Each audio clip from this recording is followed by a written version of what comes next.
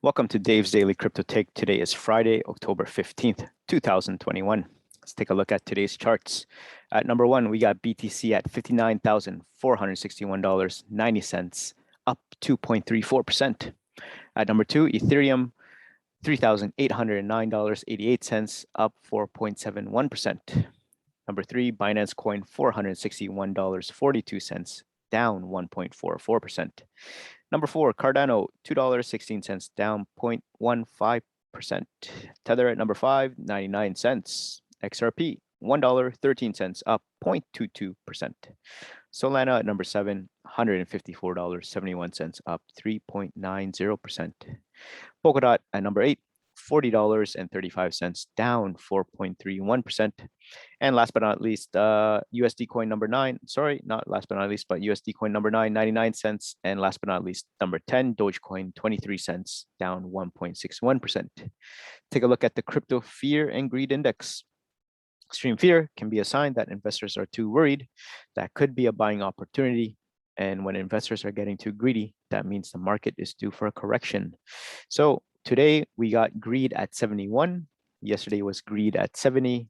Last week was greed at 74. And last month was neutral at 49.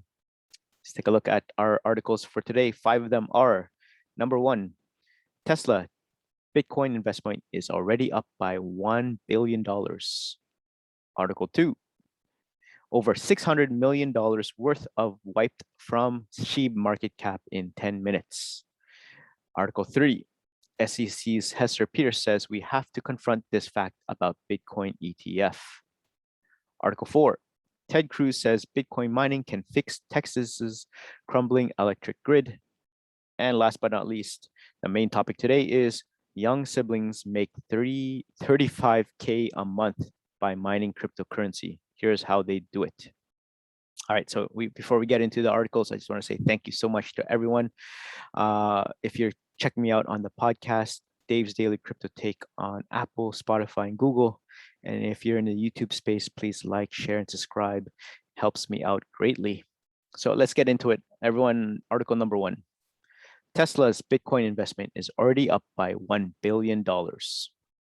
So Tesla must be feeling pretty good about its move into cryptocurrency holding, as its stake in Bitcoin is already up by $1 billion. Tesla and Bitcoin over the last year, Tesla has been delving deep into cryptocurrency world. Earlier this year, Tesla invested $1.5 billion in Bitcoin. Shortly after, the automaker started accepting the cryptocurrency as payment on new vehicles. Later, CEO Elon Musk even talked about the potential of Tesla starting to accept Dogecoin as payment for its vehicles. However, a few days later, Tesla took a step back with crypto by removing the Bitcoin payment option. The company noted concerns over the energy needs of the Bitcoin network. Tesla has suspended vehicle purchases using Bitcoin.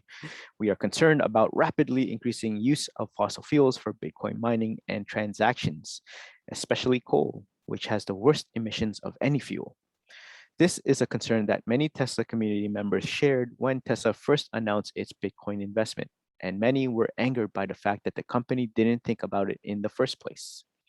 At the time, Tesla noted that they were not selling their stake in Bitcoin and that they plan to resume taking Bitcoin payments once the network shows a higher mix of renewable energy. Earlier this summer, Musk said that he believes Tesla will resume taking Bitcoin payment as he sees improvements in the energy mix of Bitcoin mining. So already $1 billion increase in value. As usual, Bitcoin's value has been fluctuating widely, but it has recently settled to around $58,000 over the last few days. It put Tesla's position of roughly 43,200 BTC at about $2.5 billion, which means that the stake has already increased in value by $1 billion, as first noted by Bitcoin Magazine. The automaker's goal with its cryptocurrency stake is to have an alternative to holding money as its cash reserve grows. Tesla is one of the biggest companies to have made this move, and many cryptocurrency analysts expect more blue chip companies to follow. So, what do you guys think about this? Tesla's Bitcoin investment is already up by $1 billion. Comment down below and let me know what you think. All right, article number 2. Over $600 million wiped from SHIB market cap in 10 minutes. Shiba Inu, a decentralized meme currency, lost almost $600 million in 10 minutes on Thursday, October 14th.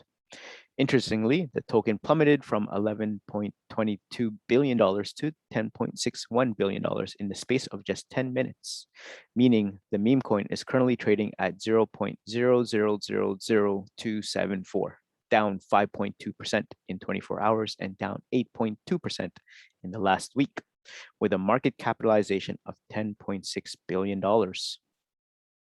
The collapse follows recent harsh criticism of the coin, particularly from Scion Capital's former hedge fund manager, Michael Burry, according to Business Insider. Indeed, Burry called the token competitor to Dogecoin Doge, which has a Shiba Inu as its mascot, pointless.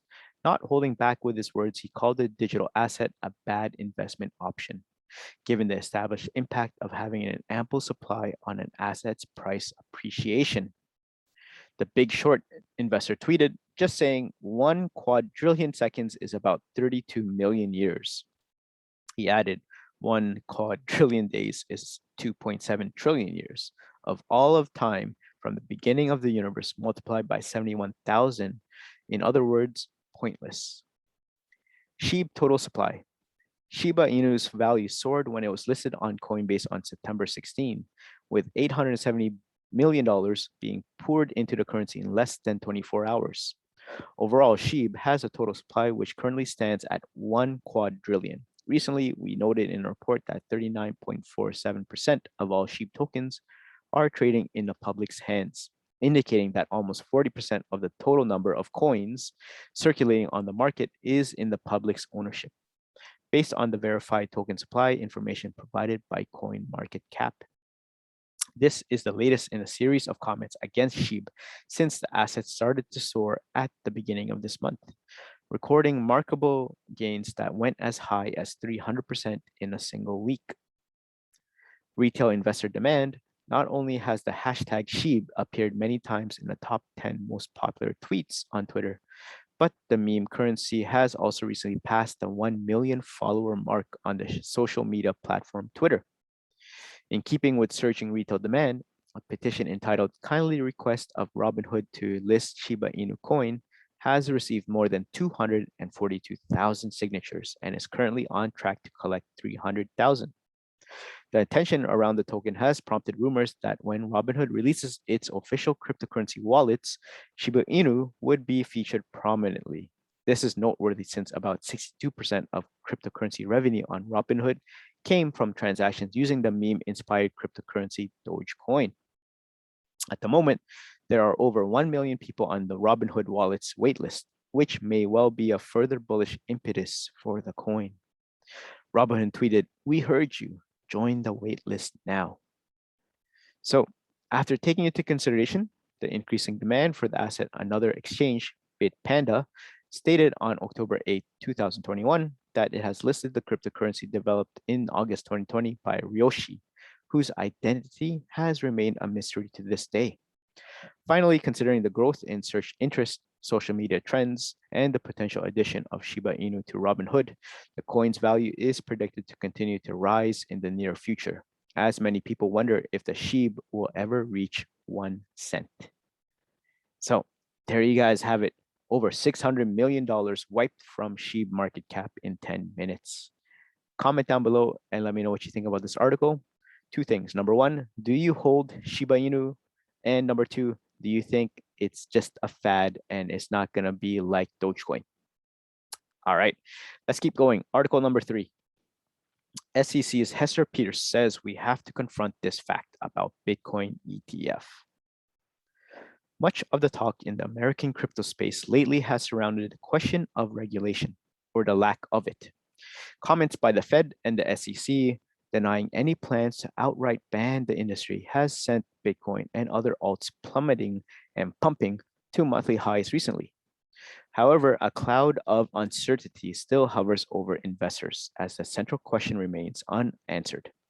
Which cryptocurrency is a security and how does one determine it? Declarations made by former SEC employees could give an insight to this. For instance, the top 2 cryptocurrencies, Bitcoin and Ether, have long been deemed to officially not be securities, as clarified by the former SEC Chair Jay Clayton in 2019 and Director of Corporate Finance William Hinman in 2018. While other cryptocurrencies have remained in the gray area since then, the current SEC Chief Gary Gensler doesn't seem too keen on the previous classification either. However, SEC's Hester Pierce believes individual viewpoints hardly have a place in such matters. This is because all 5 SEC chairs have similar voting rights. So it'd be more productive for the agency to come up with a proper framework providing clarity to the industry as a whole. Hinman's 2018 speech, however, was a step in the positive direction, according to the Pierce, who said, quote, I was happy to see someone at the SEC finally grappling with the idea that you might not want to have these things be deemed and treated as securities for their entire life. And there are complexities when you try to apply securities law in this space. The speech in question has also been a point of contention since the SEC's lawsuit against Ripple began late last year. The crypto company scrambled to argue how it was unfair to bestow special treatment on the top cryptocurrencies while classifying its own token, XRP, as a security. Recently, Fox Business reporter Charles Gasparino shared a scoop that stated that Hinman had received inputs from both Clayton and Gensler prior to his speech, post which the SEC filed their lawsuit against Ripple. He tweets, occurred at Clayton's office just 3 months before former SEC corporate finance chief Bill Hinman gave a speech at the Yahoo Finance conference, providing his view that Ethereum and BTC are not securities, but that others may be. Clayton provided input into the Hinman. So, good news on the horizon. While regulatory uncertainty seems omnipresent within the crypto space, another aspect that has left investors waiting impatiently has been the approval of a Bitcoin ETF.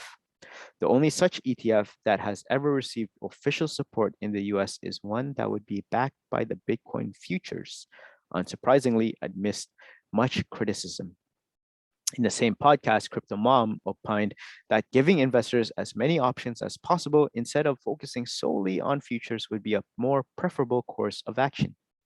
This is because futures-backed products are less investor-friendly as they tend to be more expensive and also tougher to manage, noted Pierce, adding, quote, we have to confront the fact that we've denied consistently spot-based products despite an inconsistency with how we've treated similar products outside of the crypto space. In a recent video, analyst Coin Bureau had highlighted the same, stating that products based on futures contracts were highly volatile and less liquid. Moreover, he also stated that they need to be constantly rolled over into newer contracts upon expiry, which only adds to management costs. However, this had hardly deterred investors to already start betting on these contracts and driving up Bitcoins exponentially. This came as rumors of an impending approval continued. This also because the SEC recently approved Volt Crypto's ETF, which turned the speculation for further approvals bullish. The wait, however, might be longer than anticipated. CFRA researchers Todd Rosenboth recently told CNBC's that the approval of over a dozen pending implications and applications might be deferred till the next year until some regulatory clarity is granted. So there you guys have it. What do you guys think about SEC's Hester Peters says we have to confront this fact about Bitcoin ETF? Comment down below and let me know what you think about Bitcoin ETFs. I know in Canada and some other countries are going forward with the ETFs and they're already implemented, and America is still lagging behind. All right. Before we get into the next round of articles, I just want to take the time to say thank you to all my supporters and subscribers. I know I've been looking at the analytics in the podcast, and I see a lot of people checking me out on the iOS devices on Apple Podcasts, and I see a lot on Google Podcasts in Google Chrome and also Google mobile devices. So thank you so much. Again, if you are in Spotify space, I am on Dave's Daily Crypto Take. And if you're in the YouTube space, please like, share, and subscribe. Help me out a lot. All right, let's continue on. Article number 4. Ted Cruz says Bitcoin mining can fix Texas's crumbling electric grid. Texas's strained electric grid failed during a winter storm that resulted in hundreds of deaths. Cruz says Bitcoin is the solution. Texas' energy grid has problems. Those issues were laid bare this past winter when a storm put the state in deep freeze, causing blackouts for millions and killing hundreds of people. Senator Ted Cruz told a cryptocurrency conference in Austin last week that he believes the state's Bitcoin mining boom could repair its floundering energy grid. In a fireside chat at the Texas Blockchain Summit on October 8th, the Republican senator expressed his faith that the mass build-out of crypto mines in the Lone Star State could add additional energy capacity to the state's grid in the event of blackouts or power shortages. Because of the ability to Bitcoin mining to turn on or off instantaneously, if you have a moment where you have a power shortage or a power crisis, whether it's a freeze or some other natural disaster where power generation capacity goes down, that creates a capacity to instantaneously shift that energy to put it back on the grid, Cruz told conference attendees. Bitcoin mines, which typically consist of rooms full of specialized computers that churn numbers all day in search of the answer to a puzzle that creates the next block on the blockchain, are notorious for their energy use. Bitcoin mining is well known to use more energy than many countries and corporations, and is designed to become more difficult and thus use more energy. As more miners plug into the network in search of profits as the price of Bitcoin increases, but in the event that the grid is being overburdened, these mines are essentially industrial energy consumers that can shut down instantaneously, freeing up additional grid space for the heating and cooling of homes, hospitals, and other critical infrastructure. Already, some miners in Texas are making a killing by shutting down during such times and selling their contracted power supply back to the grid. Texas is the perfect candidate for this setup, Cruz said, and Bitcoin mining could play a significant role in strengthening and hardening the resilience of the grid. Indeed, Texas grid is in need of help. Last February, Winter Storm Uri saw an overburdened grid cause days of blackouts that killed 700 and left more than 4 million without power. Within months, ERCOT was urging Texans to ration their energy use through further strain, this time caused by heat, according to Kerry King, research scientist and assistant director of the University of Texas at Austin Energy Institute. It's unclear how adding more power consumers to an already stressed grid helps, even if they shut off and can shut off at a moment's notice. Mining is a consumptive use of electricity, not a generator. So this doesn't make sense to me, King said. I don't need a middleman, the miner, in between the generator and the consumer to provide electricity. Cruz also brought up that Bitcoin mining that uses waste gas products as a power source, as the top crude oil producing state in the country, the state is also home to a slew of oil and gas wells and refineries that often illegally flare excess methane in order to relieve pressure buildups. That's given way to an influx of Bitcoin mines that tap into methane flares to power the computers that mine for coin. Ostensibly, finding good use for what could otherwise be a wasteful, polluting byproduct of the fossil fuel industry. Some of the really exciting endeavors that people are looking at is, can we capture that gas instead of burning it? Cruz said at the conference. Rather than flaring the natural gas, you're putting it to productive use. However, King said that the abundance of flares in the state is something that should be better regulated, not turned into profit or for fossil fuel creators. Stop issuing flaring allowance and force the industry to actually send the natural gas into the pipeline system, King said. Potentially no more NG storage sites that can provide more winter supply in the case of another Uri-like event. Cruz also pointed out that mining industry's use of renewable energy in his comments, a large portion, some 74% per 2019 CoinShares report of Bitcoin mines, are powered by wind and solar energy, in part because it's the cheapest energy to produce in many places. Cutting costs for miners, Bitcoin proponents argue that HATs turn cryptocurrency into an incentive for the creation of renewable energy. and that Bitcoin could lead the energy transition by giving producers reason to subsidize wind and solar. And as the leading producer of wind in the country, Texas has ample room for the build out of energy infrastructure that can beef up the grid. One of the exciting things about crypto also is the ability to unlock stranded renewables, Cruz said. There are a lot of places on Earth where the sun shines a lot and the wind blows a lot, but there aren't any power lines. So it's not economically feasible to use that energy. The beauty of Bitcoin mining is that if you can connect to the internet, you can cause and use that energy. You can and derive value from those renewables in a way that would be impossible otherwise. But King believes leaving the onus for solving ERCOT's grid problems shouldn't be left to a profit-seeking middleman.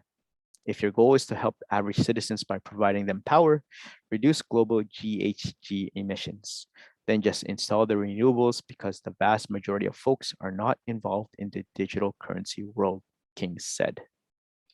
So there you guys have it. What do you think about Ted Cruz saying Bitcoin mining can fix Texas's crumbling electric grid? Comment down below and let me know what you think. All right, let's take a look at our last article, the main topic, and it's an interesting one. Young siblings make $35,000 monthly by mining cryptocurrency. Here's how they do it. So, Ishan Thakur, 14, and his sister Anya, 9, make it sound so easy. 8 months ago, the Texas siblings converted their gaming computer into a cryptocurrency mining machine. I went online, watched a couple YouTube tutorials, and I just learned it. Ishan explained it to KTVT TV in Dallas. It's possible for anyone to do it if they put their mind to it. On their first day of mining, the siblings made $3. Now they are making more than $35,000 a month, mining mainly for the cryptocurrency Ethereum. We didn't know much about it at first, said Anya, but our dad told us stories about how much the prices were going up, so we wanted to find out about it. That's how we got started. The way mining works is whenever someone buys or sells cryptocurrency, a new unique digital coin needs to be made to ensure security.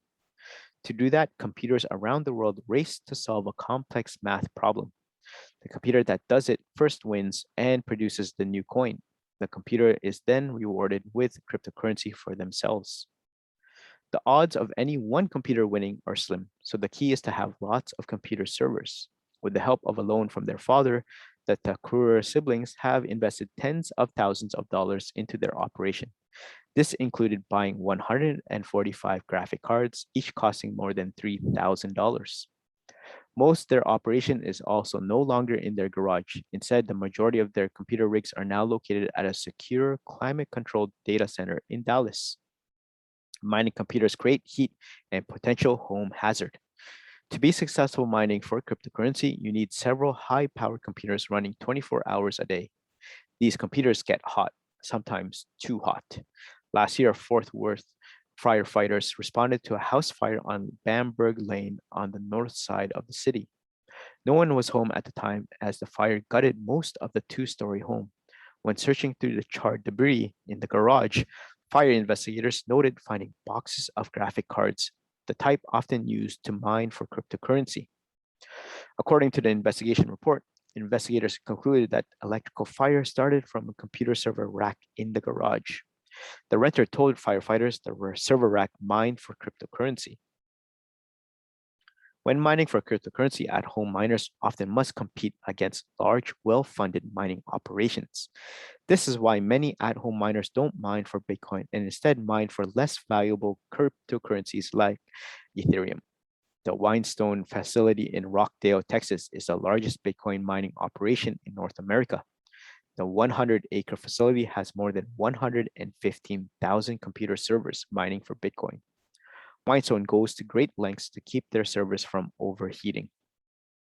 The company built a high-tech cooling system in their buildings that sends cold water running through the outside walls, while heat generated from the computers is sucked out through ceiling vents. I think that's what a lot of people don't realize is the amount of investment that goes into buildings like this, said Whinstone CEO Chard Harris.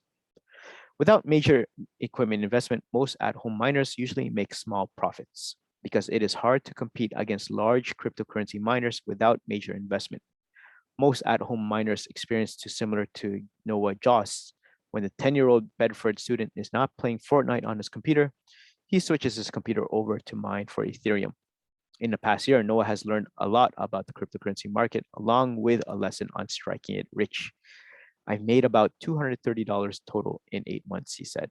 Noah said he plans to save his earnings to buy a better computer so he can earn more money mining. So, what do you guys think about this little article? Young siblings make $35,000 monthly by mining cryptocurrency, and here's how they do it. Comment down below and let me know what you think.